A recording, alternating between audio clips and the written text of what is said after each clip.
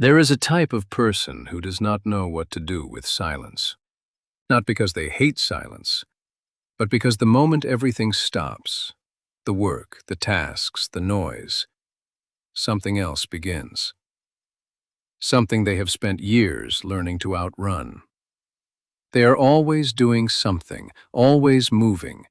A task finished becomes the signal for another task to begin. A free afternoon feels like a problem to solve, not a gift to receive. People around them call it ambition, dedication, drive, and sometimes it is those things, but sometimes it is something else entirely. This video is about the people who can't rest. Not the ones who are simply busy, not the ones juggling too much for a season, but the ones for whom rest, real rest, feels genuinely dangerous. You know someone like this. Or maybe you are someone like this. They answer emails on holidays. They feel guilty lying on a couch in the middle of the afternoon. They start cleaning the kitchen when they're supposed to be relaxing. They plan a vacation the way other people plan a work project, with schedules, optimized itineraries, a list of things to see. Ask them how they're doing, and they'll tell you everything they've accomplished.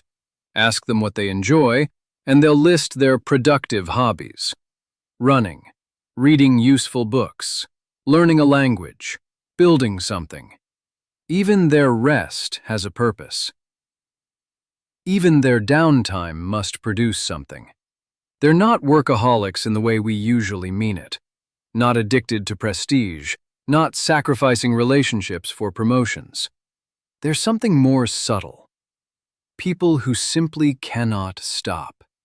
And what's strange is that they often don't feel driven. They feel compelled. There's a difference.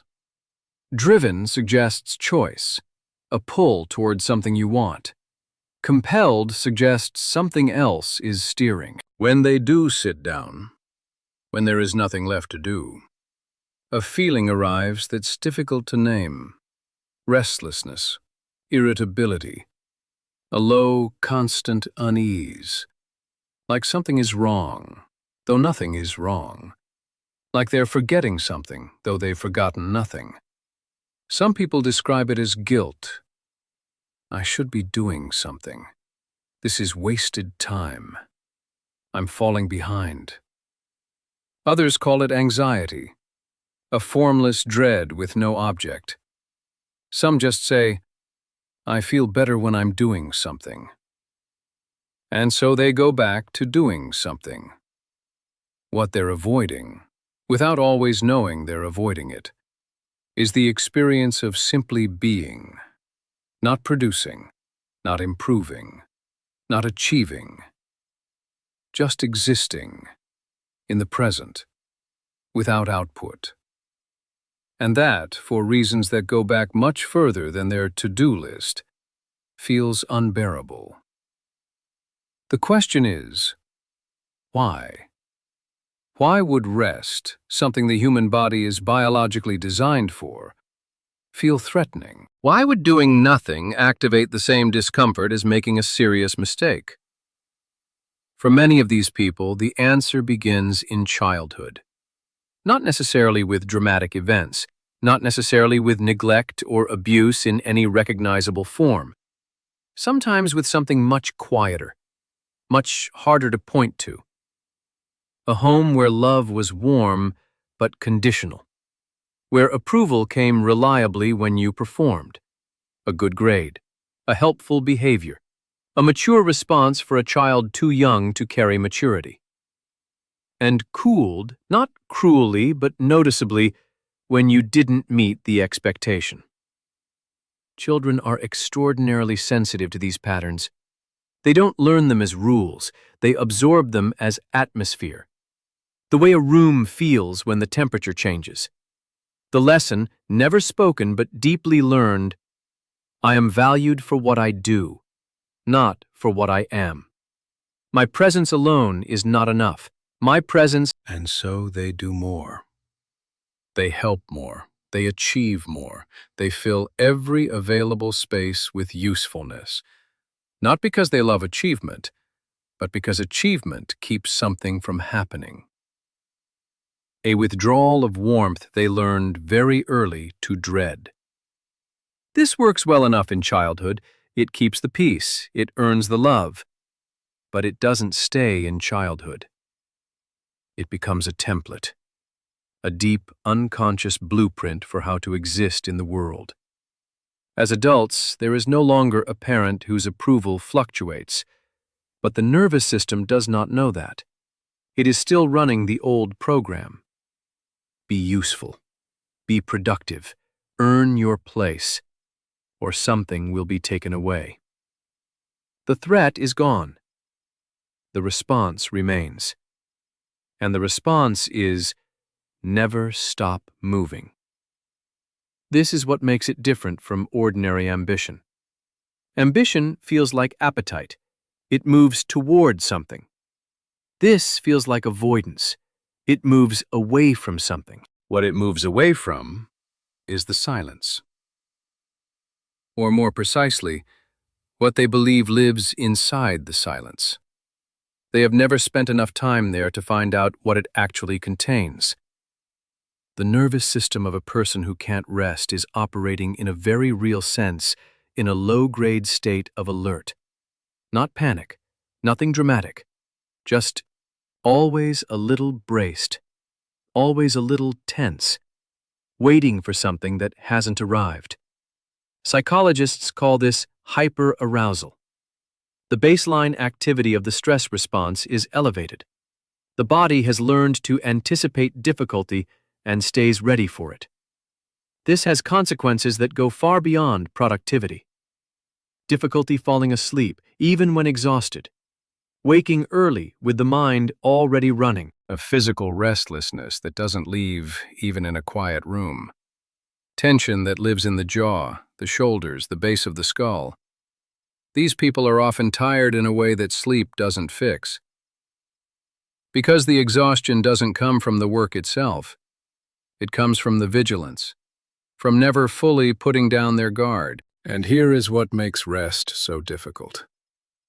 Real rest, the kind that actually restores, requires the nervous system to feel safe enough to down-regulate, to believe at a body level that nothing bad will happen if you stop. For people whose nervous system learned that stopping is dangerous, that belief is not available.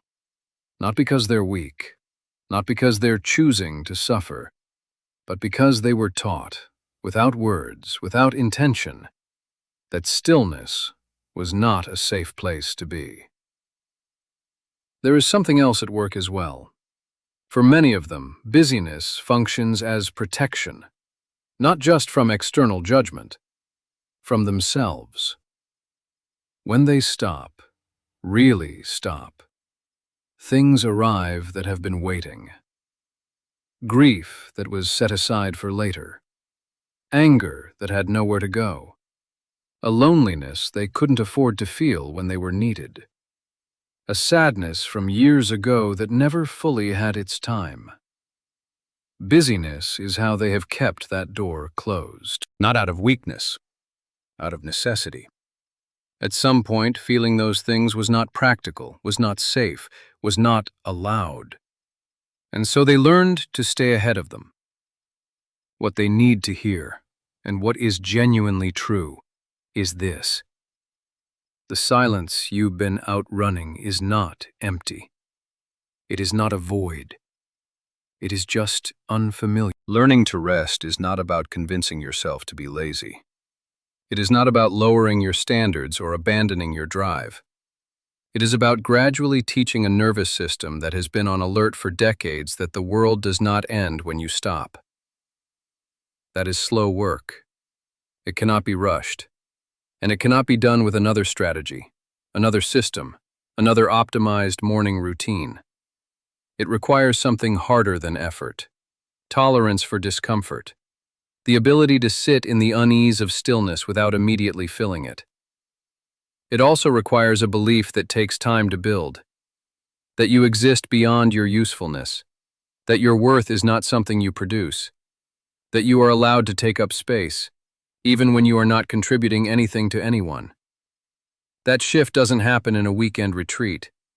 It happens in small, ordinary moments of choosing not to fill the silence, of sitting with the restlessness and not acting on it, of discovering that the discomfort passes, and what's on the other side.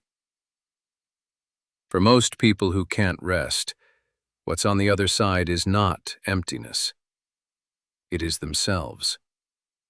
A self that has been waiting, with remarkable patience, for the opportunity to simply exist. Not to perform, not to prove anything. Just to be here, quietly, without output.